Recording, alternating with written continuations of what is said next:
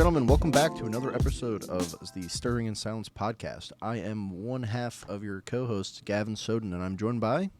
Mr. Matthew Lepore. How are you, my good friend? I'm doing good, man. How are you? I'm well, as we've established. Yeah. Yep. That's good. That's good. You're doing well? Yeah, I am. I'm glad. I am doing pretty good. I'm glad to hear it.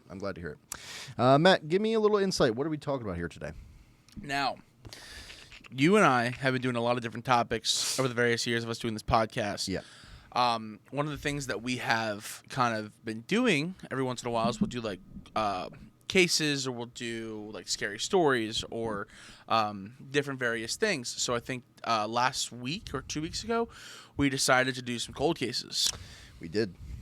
So going on to that, we are going to be doing top 5, if we get to 5, depending on how we go. Because it seems that we set a number. We're yappers. Yes, we We're are professional yappers. What do the kids say? Yap City. Yeah, we're taking the viewers to Yap City. Okay, you know what my favorite drink at Starbucks is? That's right, a Yappuccino, extra foam. All right. I really don't like you. Anyways, so, sir. Yeah. This is your week. All right. You please kick us off. So I wanted to start off by basically going in a little bit, and for those of us that don't know what a cold case is, I'm just going to kind of break that down really quick, and then go into what are you laughing at? In like the comment section where it's like, yo, I'm gonna break it down. Let me break it down for you. All right, that's a TikTok. All right, so what a cold case is it's listed as an unsolved criminal investigation which remains open pending the discovery of new evidence. So it's a crime or a suspected crime that has not yet been fully resolved, and it's not the subject of a current criminal investigation, but for which new information could emerge from a new witness testimony, re-examined archives, or new or retained material evidence or fresh activities of a suspect. Yeah, love that. So I don't know if you've ever actually saw the show Cold Case. Yeah. When it was on TV back in the day. That was my show. That was one of my shows. I really enjoyed that, but it was actually a really cool. I don't know what you would say, like an intro to talking about cold cases and kind of getting into them a little bit, because a lot of them actually are really interesting. A lot of them are kind of stuck between. Like any crime is, you don't really want to say like a crime is, oh, this is more interesting than another. But in some cases, and in most cases, they're never going to get resolved, or the evidence is so thin that it's just kind of out there in the wind. So what's interesting is finding the actual, like what's going into my list, it ties in here, is the oldest cold cases that were actually solved. So this is the top 10 cold cases that were solved. And then what is your list that you're doing? So my list is I don't even know how to name the website, but it's Britannica. Yeah. It's America's 5 most notorious cold cases, including one you may have thought was already solved. Oh. So these are pretty cool. A lot of these you've heard. Mm-hmm. One of them I'm going to touch on a later date, which I'm not going to talk about today. But pretty cool. A lot of ones you've heard of, a lot of ones you haven't heard of. Yeah. One of the ones is one of the most notorious haunted houses you've seen on. I think Ghostbusters did it, and Ghost Adventures, or not Ghostbusters. Holy cow! Ghost Adventures did it, and I know Ghost Hunters. Who are you gonna call? Yeah. They did that house. So, sir, please take us away. Tell us your number 1 or number whatever number it is. Sure. I will. But first, I just wanted to kind of touch on a little bit of a new. I feel like we should go into a little bit of the new direction that we're taking here. Oh yeah, 100%. So good. For the way that we're going to be setting everything up is to kind of keep a little bit more consistency. I think it's going to be a little bit easier for us to kind of talk about a subject for continuous weeks in a row. So right now we're starting off pretty simple. We're doing 4 weeks per topic, unless we run out of things to talk about on that specific topic. So we're going to be doing things like this month we're talking about cold cases. Next month will be something else, so on and so forth. So if you guys are, really into what we're talking about in one specific episode, you could be right in the beginning in the first week, it could be in the third week, it could be in the last week, but it's going to be a couple per episode. So I think that's really cool because that's kind of something that I feel like we're going back through our episodes. We don't have that consistency. It's kind of like one week we talk about sports, the next week we're talking about cookie dough, and then booze. Kinda like cookie dough, though. That is pretty good. I'm not gonna lie to you. It's pretty good raw. So, but yeah, no, I wanted to just touch on that. So, if you guys are fine, like you guys could be finding this the first week we upload it. You could be finding it in 7 months from now. Who knows? But if you guys do find something like, hey guys, you're missing the mark here. We're not really into talking about the botanical gardens in America for a month. Then feel free to let us know. Just put it in the comments on YouTube, on TikTok, Instagram, Facebook, Twitter, or whatever we decide to upload on. That you're finding us on. Okay. So yeah. Anyway. Anyhoosenhausen. Moving on here. So I'm going to start off here. The first one that I'm going to be talking about now. This is actually pretty cool because I'm talking about the top 10 oldest cold cases that were solved. And you're talking about the top 10 that haven't been solved. Yeah. Okay. So it's a little bit of a nice little dynamic there where we're going solved and unsolved. So the first one I have here is sure everyone or a lot of people have heard of this case. It's the BTK killer, which is a serial killer from back in the in the 80s, or the 90s, I think, maybe. Yeah. But anyway, so the way that this website has it laid out is it goes by years to solve the case, the crime date and conviction date, and then how many victims there were, who the suspect was, and the location of the crime. So it lays it out here for us. So the BTK killer, where years it took to solve the case was 31 years, 1 month, and 13 days. Wow. So it was in the 70s. I just can't read well because I am dyslexic. The crime date and the conviction date. So the crime date was between January 15th, 1974 to January 19th, 1991. Wow, that's... and then the conviction date was February 28th, 2005. What? Yeah. Wait, say the first date again? So it was... The crime dates were between January 15th, 1974 to January 19th, 1991, and he was convicted on February 28th, 2005. Holy shit. Yeah. There was 10 victims, so in 10 murders there. The suspect is Dennis Rader, and the location of the crime is Wichita, Kansas, and Park City, Kansas, United States. Yo, fuck Kansas. Kansas wasn't that bad. We almost died in a tornado. Okay, sorry. I don't want to get off that. Yeah. Go ahead. No, that's true. It's true. But yeah, so it's one of the most famous serial killer cases that are in America. It's been touched on by numerous documentaries and TV shows, and has I think it's like a TV show based around it, or is a part of a TV show. So on and so forth. But yeah, it was 31 years it took to get that case solved. Wow. That's pretty insane. Wow. That's... you have to think with like the families with like all these cases, could you imagine like your daughter or whatever it is, or your son gets killed? Yeah. And it takes 31 years, and people that were in this situation weren't even alive to probably see the convictions even happen. They may not have been. That's a very like talking about point. like families, like fathers, grandparents, like people have to live with this situation. Yeah. And they have to go, oh yeah, it's not solved. Well, I do think that that's definitely something that I do like about the list, at least because it's like, hey, obviously these are insanely long cases that took to get solved. Like, it's a long time frame, but at the very least, they are getting solved. So I'm sure if there was like family members that survived and that were still around for him to be convicted, they felt they got that the gratification, at least, that it's not just going to be kind of out there forever. Yeah, true.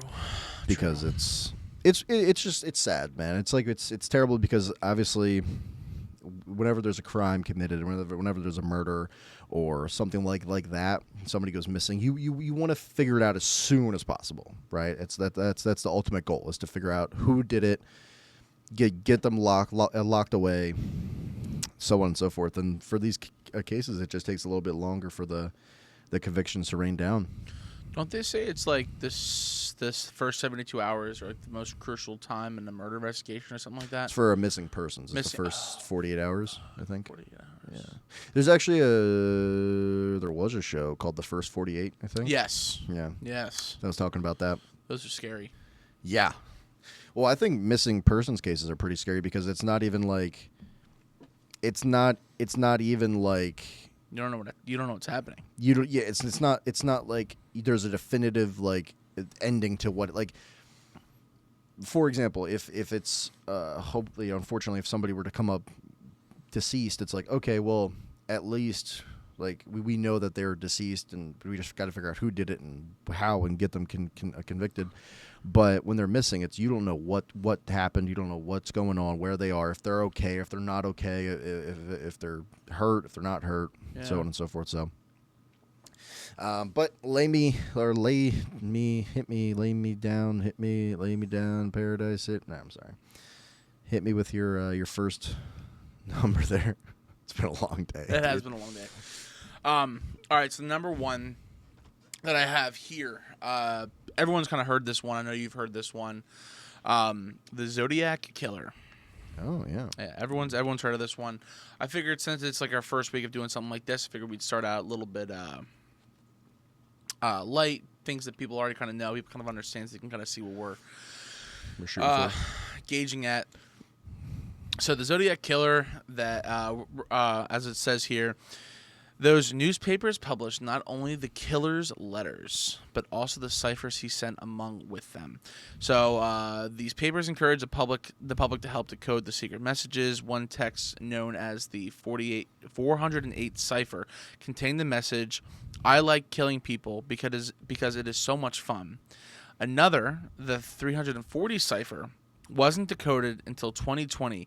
It began, "I hope you are having lots of fun trying to catch me."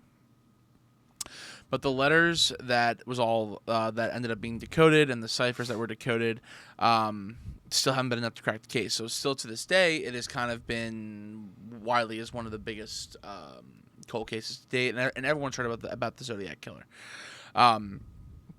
Through several suspects have been investigated, the Zodiac Killer's identity has never been proven. The most scrutinized subject was a school teacher, Arthur Lee Allen, who I'm sure you've probably heard of, and was institutionalized in 1975 for unrelated crimes. And then we consider these theories that the killer was active before 1968 and well into the 80s. We have to admit that we don't know for sure who he killed or what the killer was.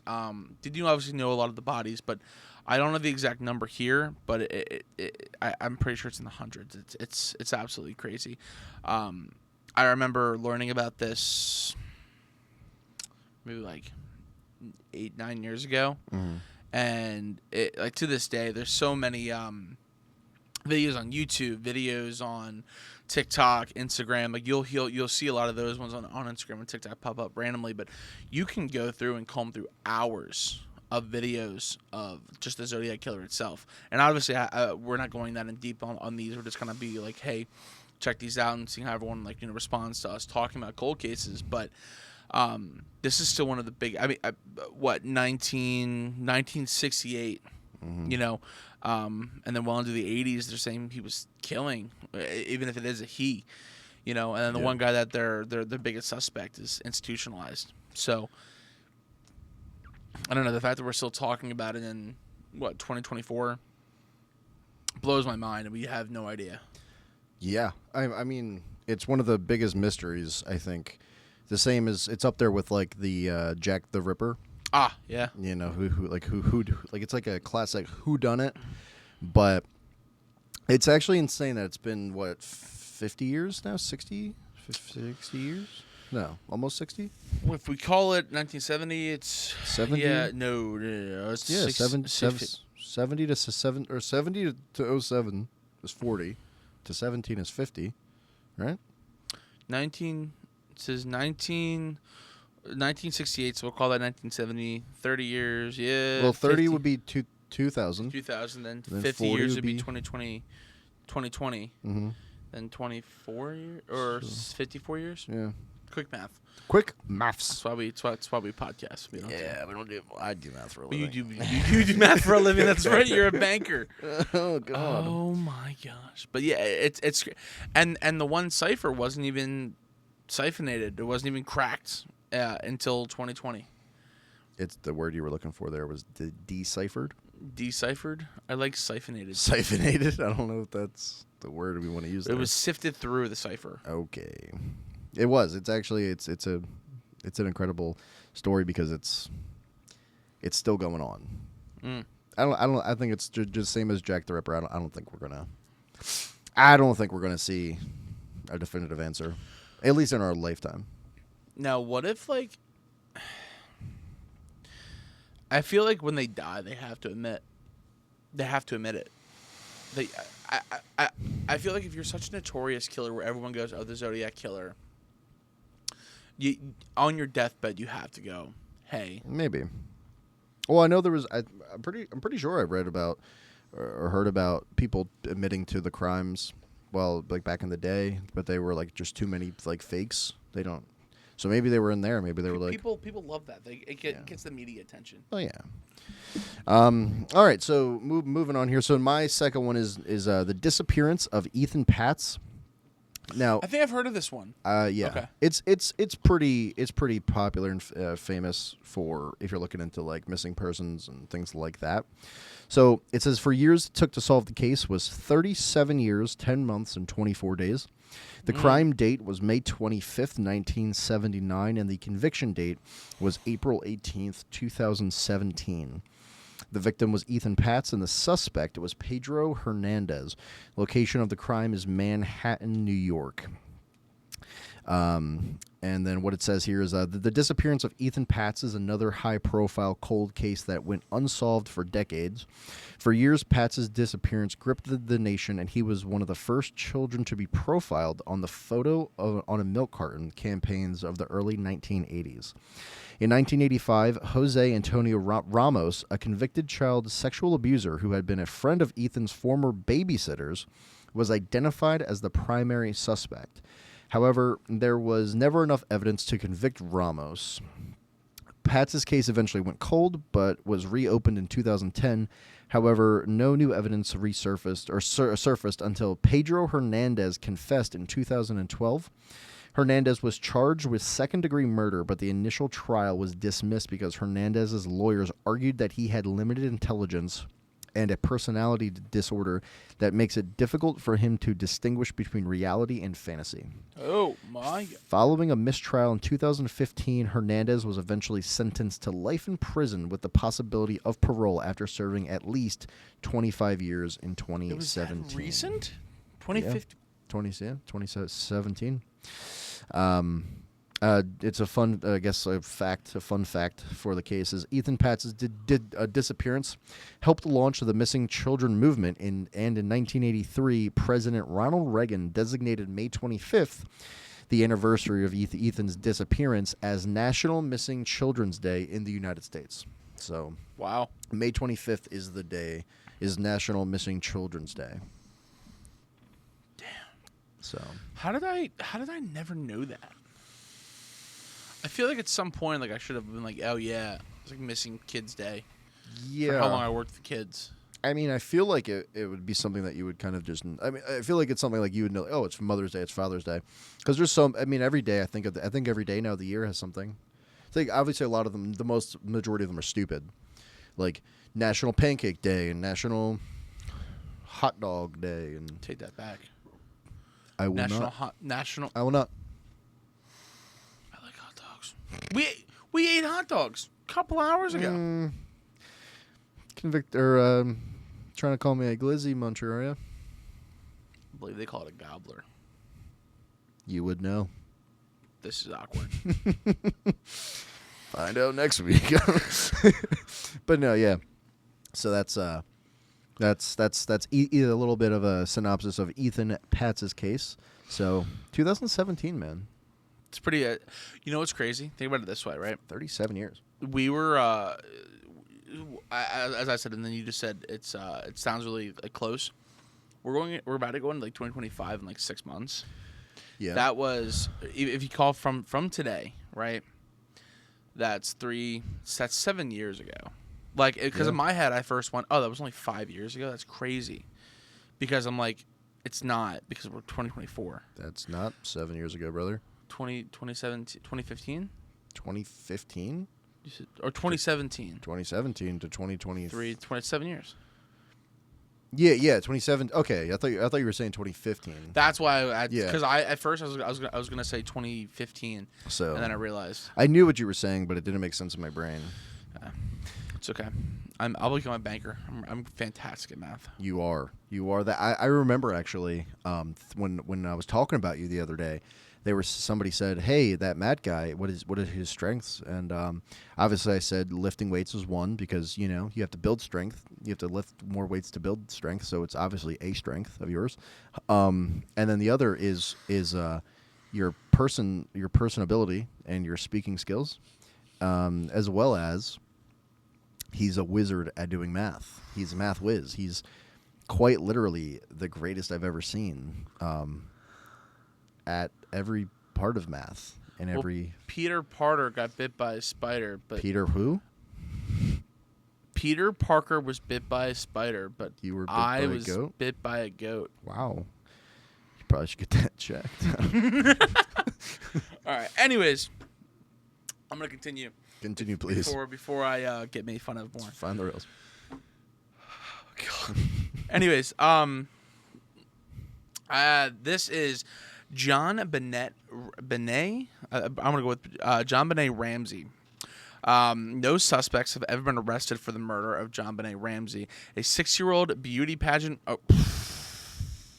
Oh wait, no, I read that right. Yeah. Anyways, we're gonna. Good job. A 6-year-old beauty pageant winner found dead in the basement of her family's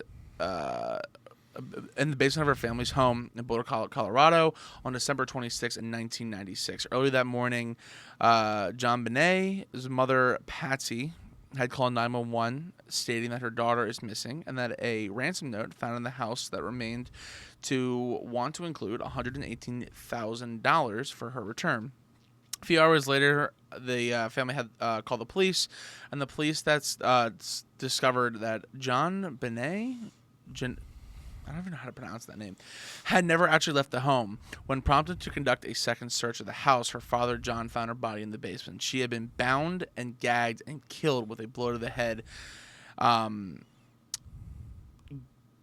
don't know how to pronounce that word either. Basically, she was bound and beat to death over the head in the basement, and the Patsy's pain pressure, the length of the cords tied all the way around her neck, and do all this kind of stuff. So investigators later revealed that this young lady also had been sexually assaulted. Mind you, this is a 6-year-old. Sorry for blowing up and brutalizing those words. No pun intended. Subjects soon emerged that, including a ransom letter, a family friend who had dressed as Santa Claus for the Ramseys' Christmas parties, the 9-year-old's presence that came. This person was basically doing you ever had an uncle or a grandfather would come to the house and be like, "Hey, I'm going to be Santa." Yeah. Well, I've never had it happen, but I've seen it happen. Oh yes. So one reason the case remains in the public imagination is the investigation was kind of messed up. It was bobbled, totally bludgeoned up. Probably shouldn't say that because consider the kid was bludgeoned. Yeah. Soon after the police first arrived at Ramsey's home, before it was combed through properly, they found a lot of evidence, and that a lot of friends and family have actually arrived into the home and been around the house. So not only could there be so many different suspects and so many different people that have had the opportunity to actually do horrendous things to this child, they couldn't really find any evidence to guide to a specific person. So, because everyone was going through the house freely and didn't really know that the kid was down there, they were contaminating all the evidence. So, effectively, to this date, no conclusive physical evidence has been saved or found that they really can use to pinpoint to a certain person. So, it is still cold, obviously. Yeah. It being a cold case. Jeez. But so here's where it gets kind of wild, though. The police went through the house freely, but some of the friends even helped Patsy clean the kitchen. If conclusive physical evidence had existed, it was almost immediately destroyed. Wow. So here's the thing. Now you have this 6-year-old pageant girl. Because they don't have evidence to point it to the mom or whoever it is, but on the inverse, if people are helping her clean the house for all these parties, people are coming in freely, they have no idea if they're cleaning the evidence or whatever is happening. People clean their house. And they didn't get in trouble for that because they were just cleaning, but it's amazing that none of them were.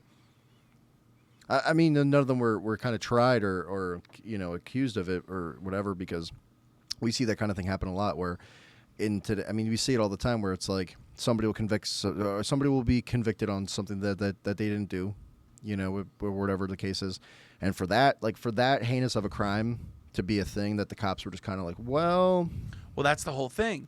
So, because saying here, people were like, hey, here's this young girl, who was bludgeoned and murdered and all this kind of stuff. People came out, and that's what it's saying here. People came out and were like, hey, we feel so bad. Let me clean for you. Let me do what we need to do. And the cops allowed them to go through the house. Wow. So the cops were there already. Well, or the cops were like, they were aware of the murder, and they let them. Yes, and that was the whole. Okay, thing so the cops were there. The cops knew what was going on, and they were like, yeah, we'll let you clean the house for the mother or for the family because it's a terrible tragedy. Yeah. That is even more infuriating. That's some of the dumbest shit I've ever heard. Are we at amateur hour? That's sounds like you that's done this before? That's fucking stupid. But that's the whole thing. So a lot of these cold cases have been messed up. So and you'll see a lot in the cases we talk about this month. A lot of those situations where people don't even mean to do it. They travel. You see it all the time. Let's say it's a Criminal Minds or whatever it is. They don't let other people enter into that guided tape. Yeah. Because they don't want to ruin the evidence that they have or could get. It's all contaminated. Yeah, it's a crime scene. Yeah. So that is the sad story of a 6-year-old pageant girl. But sir, please take me away with number 3. All right. Number 3 here is the murder of the Lyon sisters. The years it took to solve the case was 42 years, 5 months, and 18 days. The crime date was March 25th, 1975. And the conviction date was September 12th, 2017. Wow. The victims were Catherine and Sheila Lyon. The suspect was Lloyd Welch. The location of the crime is Wheaton, Maryland, in the U.S. of A. Now, it says on March 25th, 1975, Catherine and Sheila Lyon, aged 10 and 12 respectively, went missing while on a trip to the nearby mall. The Lyon sisters' disappearance sparked one of the largest police investigations in Washington metropolitan area history. A massive volunteer search effort was launched, but the Lyon sisters were never found. There were a few suspects, and the eventual convicted murderer, Lloyd Welch, even made a report saying that he had seen a suspicious man at the mall the day that the sisters disappeared. Oh. Over the next few decades, the Lyon sisters' case was reopened from time to time, but there were never any leads until Sergeant Chris Hamrock came across Welch's interview in 2013. Investigators openly named Welch as a person of interest in 2014, and a year later, Welch was indicted on first-degree felony murder for his alleged involvement in the deaths of Catherine and Sheila Lyon. On September 12, 2017, Welch pled guilty to 2 counts of first-degree murder for, quote, the abduction and killing of Catherine and Sheila Lyon in 1975, end quote. So, Right. yeah, so that obviously, so he was a part, he knew, he committed the crime, and then he was one of the people that was like, oh, there was someone suspicious, diverting the attention. Like there was a weird guy around here walking around and being weird. And back in 1975, and it took until 2013 for them to be like, or 14 to be like, you know what, we're gonna name you as a suspect here. Was it like execution? Like they're kids. Yeah, yeah. Well, yeah, they went to the mall to have a good time, and unfortunately came across this psychopath. And There was a case like that, wasn't there? Maybe like 10 years ago. Maybe it was heavy less. It wasn't. It was Mall America. It was some other. It was a mall, and this like little girl. Like they had video cameras of this little girl getting taken off. I forget exact where. But they went in like the back channels of the mall and then just pieced out. And they had a couple suspects of people that worked there. I don't know if they found the girl, but like, really, yeah. Well, that kind of thing is scary, man, because you got to think like, as a parent. Obviously, we're not parents yet, but you want your kids to be safe, and you think, hey, you're going to the mall with your sister or your friends, you're having a good time. Yeah. And we see it in movies all the time, like Split, most recently, where go to the mall, have a good time, and all of a sudden you get abducted by some literal psychopath. And that's why you just got to be as careful as you can.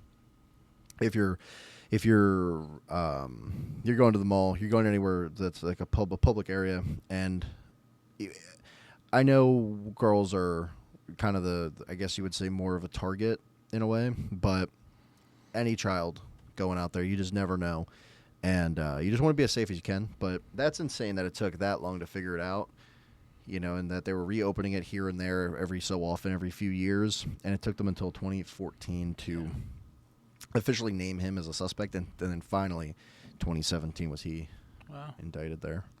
That's sad, dude. Damn, dude. Yep. I have a 14-year-old sister, man. Yeah. Kind of messed up. Gotta protect her. Anyways, I don't like kids cases like that, dude. Me neither. Anyways. I mean, I don't like cases like that in general, but like, true. For it to be, kids is very. Also, you could just tell that it was the 70s were just a completely different time, because what 10-year-olds do you know going to the mall alone, or 10 and 12 going to the mall? I don't even know many 14-year-old kids or 15-year-old. I guess 15's that like teetering age, but yeah, it's like a weird age because they think they're older than they are, but 10 and 12, I don't know. Anyways, after that's sad. I hate the kid cases, man. Okay. The Hall Mills murders. The murders of a pastor and choir singer on a makeshift lover's lane shocked a small town and brought forth rampant accusations, inconsistent witness testimonies, and more than one false confession. So we've been seeing a lot of false confessions in a lot of these cases. Okay. So the year was 1922 in New Brunswick, New Jersey. Minister Edward Wheeler Hall was having an extramarital affair with a member of a congressional committee. And the also married Eleanor Mills. On September 14th, the two had a respective family homes with each other, so they had two different families. When Hall didn't return home that night, his wife Frances and one of his brothers went on a search, but neither Hall or Mills was found. They weren't found. 2 days later, when the other couple was walking, they found their bodies under a crabapple tree. Hall had been shot once in the head, but Mills' body had been brutalized. She had been shot in the face 3 times, and her throat had been slashed so deeply that she nearly had been decapitated. Damn. Later, an autopsy revealed that the tongue and larynx had been... Wow! They had been cut out. After they were killed, the couple's bodies had been arranged at their near embrace. The case clearly was personal through Hall and Mills' affair. Had apparently been a common knowledge around the town, but both their spouses claimed to have been in the dark. An insertion that struck the investigators and the tabloids, which were seized upon the stories immediately, are highly suspicious. Frances, along with her brother William and Henry Stevens, were considered prime suspects. Obviously, the wife of the pastor. But try as they might, the prosecution could not find evidence to convict the siblings. Witness statements kept changing, likely influenced by the press coverage and, all that kind of stuff. People kept confessing for the murders. Physical evidence was destroyed when sightseers trampled over the crime scene looking for souvenirs as the result of Edward and Eleanor's murders were never solved. Souvenirs? So I guess another one of those situations where like the people went to clean the house. This situation was they wanted to go back and look for things to keep. Jesus Christ. Yeah. So how about we just don't? How about we just not be stupid here for 2 seconds? Let's not. Go ahead, sir. Dude, that pisses me off more than anything because it's like if you have as much evidence as you can and you know what I mean, you're trying to put it all together. Just don't let them just stuttering in silence, everyone. Stuttering well. Just okay. Yep. Yep. Reboot. I tried. No, I understand, but that's what I'm saying is if everything is going still according to plan, you just can't put enough. You don't have enough evidence to convict somebody. That's one thing, but to have it destroyed or tampered with just because. Oh, dude, that's no. All right, moving on here. So these are going to be the next two I'm going to do. Are going to be actually the longest, the second, and then the first longest cold cases that were solved. Okay. Okay. Hit me. So number 4 here. Well, this is the second longest in history. Is the murder of Margaret, aka Peggy Beck. The years it took to solve the case was 56 years, 8 months, and 5 days. The crime date was August 18th, 1963, and the conviction date was April 23rd, 2020, which is the date reported that the suspect was identified. So the victim was Margaret Peggy, a.k.a. Peggy Beck. The suspect was James Raymond Taylor, who had, I guess this was written back in 2020 or 2021, maybe, because it says has not yet been convicted. But the location of the crime was Jefferson County, Colorado. Okay. So what it says here is the cold case over the murder of Margaret Beck in Colorado was recently solved through genealogical testing. In late April 2020, law enforcement in Jefferson County announced that they knew who sexually assaulted and killed Beck back in 1963. Unfortunately, they can't locate the suspect, James Raymond Taylor, and don't know even if he's still alive. Taylor's family have cooperated with law enforcement, but they say that they haven't seen Taylor since the 70s. His last known address was in Las Vegas back in 1976. So the search for Taylor is ongoing, and Beck's 3 living sisters are hoping for justice. Wow. So how long did you say? You said 50 years? 50. Give me one sec. 56 years, 8 months, and 5 days. So it was from more time than most people live. From 1963 to 2020. Wow. So. Did they say about any suspects? Well, that's who it was, James Raymond Taylor. Yeah. Okay. So that's who they're trying to convict, but they can't find him. And then his family says they haven't seen him since the 70s, and his last known address was in Las Vegas back in 76. So, and it says it's like I guess like the fact of the case is investigators were able to identify James Raymond Taylor after a comprehensive DNA profile, which was created from Margaret Beck's fingernail scrapings from 1963, was run through a genealogical research database. And that genealogical research database is today's stuff. Yeah, and that's how they found out who it was, because of. Because of yeah. Isn't that crazy though? That's insane. Because there's been a bunch of cases that were like that where they didn't find out until like recent day in like the early 2000s because we have technology like that. Yeah. It's actually a funny thing where this woman, she never killed anybody, but she used to lick like cotton swabs and stuff like that. But because of how crazy our technology is today, she was in surface of like hundreds of murders. Yeah. But because the cotton swabs they were using, she licked and her DNA was on them. But it's there's stuff that I've seen where it's like, somebody will go and donate the sperm, right? And somebody will be born, raised, whatever, and then they'll become a psychopath and go and kill somebody, and then the original donor is getting hit up by the cops like, your son is blah blah blah blah, blah, or you are blah blah blah blah blah. Why is your DNA at this crime scene? Yeah. And they're like, what are you talking about, brother? I am a pediatrician. You know what? Go you, queen. Anyways, We're moving on. I'm Give me gonna your last. I'm gonna Or end not on this one. I'm gonna bring it in. Now, remember in the beginning when I said that there's some of these that you're gonna know, and this one is my favorite one because I know so much on it. I'm so enthralled by it, and it is one of the most interesting things that I've ever experienced because I love the supernatural. The show? Well, yes, the show. But it just because I like this stuff. I believe in this stuff. Yeah. But Lizzie Borden, the famous Lizzie Borden house, I probably could sit here and spend the next 4 days talking about it. Because you did an episode on BMC on it, right? No, I did the McCamey Manor. McCamey Manor. Yeah. Well, soon to come then. Yeah, Maybe. This one is really cool though. One day we should cuddle up with a nice thing of popcorn but we shouldn't tell the girlfriends because then they have to, Anyways, so not to waste any time here. Lizzie Borden took an axe and gave her mother 40 whacks, and when she saw what she had done, she gave her father 41. That is the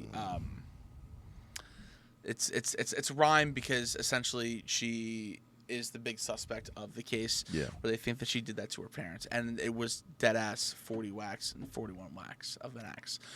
The famous rhyme makes it seem as if there has never been any doubt that whether Lizzie Borden killed her father and her stepmother on August 4th, 1892.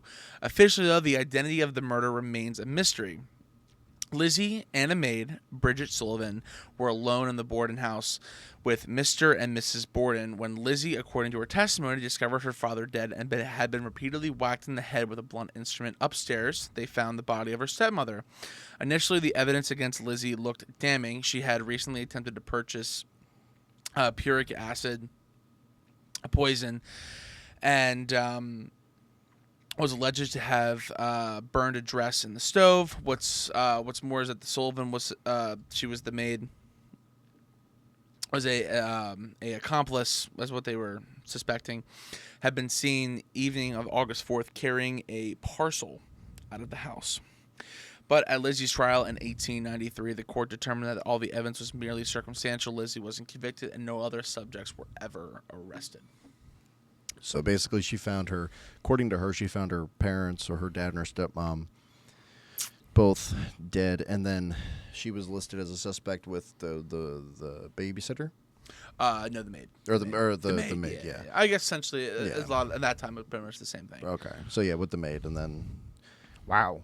I mean, especially back then too. So okay, where does the natural stuff come into play? So, because there's such violent crimes, and Lizzie's obviously passed away, it's called the Lizzie Borden house. Ghost Adventures has been there. I know the Ghost Hunters have been there, but I know for a fact the Adventures have been there. I want to visit it. It's one of the most haunted places in America. Where is it? I forget. Truthfully, I do forget where it is. Someone's going to tell me, or I'm going to look it up when I'm done this, and I'm going to feel like an actual idiot. However, things are so connected. It was a brutal murder. There's all this stuff. Apparently, the people have said that the maid's spirit is still there because it was so horrific that their soul tied to that place.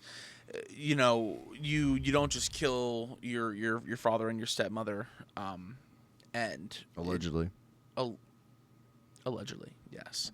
But what's so crazy about it is that this happened, and you can still kind of hear like a girl pouncing around, or her parents. It's an age-old story, and I've heard the rhyme a million times. Lizzie Borden took an axe and gave her mother 40 whacks, and when she saw what she had done, she gave her father 41. It's just Interesting. I don't know. I don't love the story, but I love the whole supernatural thing. It's pretty cool. Yeah, the ore behind it, the lore. The lore. Lore? My lord. All right, sir. Take us out. All right, the last one I got for you. Number 1. This is the oldest cold case ever solved, at least in America, I believe. So, this is the murder of Irene Garza. Years it took to solve the case was 57 years, Damn. 7 months, and 22 days. Damn. The crime date was April 16, 1960, and the conviction date was December 8th, 2017. The victim was Irene Garza. The suspect was Father John Bernard Fite. Location of the crime was McAllen, Texas, USA. So, let me just pull it up here. So it says the murder of beauty queen Irene Garza remained a mystery for 57 years until Father John Bernard Fite was convicted in 2017. Or Feet. It's either Feet or Fight. It's F-E-I-T. I don't know. Okay. I'm just going to say Fight for now. Sure. Convicted in 2017. This makes Irene Garza's murder the oldest cold case ever solved. Garza was last seen alive on April 16th, 1960, and was reported missing the following morning after she failed to return home after going to confession at church. Huh. A large volunteer search was immediately launched, and Garza's body was found a few days later on April 21st. Father John Bernard Fite was the priest who heard Garza's confession and was the only identified suspect in her death. However, there was never enough evidence to convict Fite, and the case went unsolved for decades. In 2002, 2 clergymen, Dale Tackney and Joseph O'Brien, said that Fite had confessed to murdering a woman back in the 1960s. Despite the new information, it took over a decade for Garza's case to be reopened, and Fite was not convicted until 2017. Fite recently died of natural causes on February 12th, 2020, while being incarcerated. Wow. So, unfortunately, he didn't get to suffer too long for that. Only a couple of years there, but he did die on February 12th, 2020, while being incarcerated, but he was convicted back in 2017. So this list is a little old, I guess, or whatever. But as of when this was written, that was the oldest cold case ever solved. I like that one.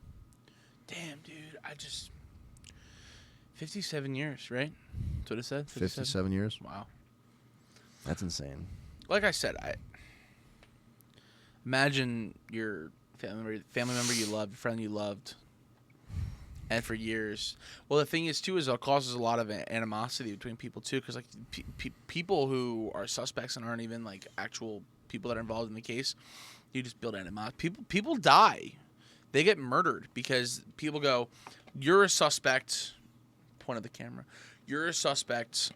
I think you did it. You have all this reason to, and then they kill people and they find it's someone else. So basically, the variation of like the Salem witch trials, like in a way, because it's instead of saying, "Hey, you killed somebody or you did this crime," it's now, you're a witch. So because you can snap your fingers or something, whatever. Snap your fingers. I knew you were gonna say that. I knew it. I felt it. I felt the disturbance in the force. But yeah, they were. That's what I was saying about the Lizzie Borden case, was that she was acquitted, or I guess not convicted. Yeah. Back in back in 1893, when I just feel like civil rights or liberties were not really honed in yet. No, dude. So especially for women in the country, so it's very, very shocking. I'm telling you, man, I'll send you a whole bunch of stuff on Lizzie Borden tonight. You can. It really is an amazing thing, and not an amazing thing, but it's one of the. I think it's. I want to see the house one day. Well, that's also something that I would say is I think I said it before, but it's obviously all these cases and all these tragedies are that's what they are. They're tragedies, but they can have some kind of allure to them. And it's always good to, I think it's always good to kind of read up on this kind of thing if you're interested, because it is interesting to figure out what happened and how can we maybe learn from it, move on, move forward better than what happened in these cases, because it sounds like, especially the ones you were saying, there was some pretty shitty police work. So, yeah, that's Hell yeah. that's pretty bad. I feel like if those policemen were a little bit better at their jobs, maybe they wouldn't still be unsolved. But well, my friend, this was actually really good. So if you guys like this, like Gavin said about an hour ago, if you guys like this, let us know, because we're gonna continue for the next couple weeks. Be honest, be blunt, be brutal. Just let us know what you guys are feeling, what you guys think. Any opinion is greatly appreciated and welcomed and accepted with open arms. So, but no, seriously, we really would appreciate any feedback, because obviously we're in this to entertain ourselves and have a blast. Just two guys stuttering on a podcast here. Yep. But we're trying to also bring as much entertainment to everyone else as we possibly can. So, as much feedback as we can get on it is greatly appreciated. So, with that being said, this was our list of the 5 longest cases ever, cold cases ever solved. And what was yours? Just interesting cold cases. Yeah. So. And they weren't solved. They weren't solved. So. All right. Well, with that being said, buddy, I will see you next week at this time. And for the rest of you guys have a great week, and we'll see you next time.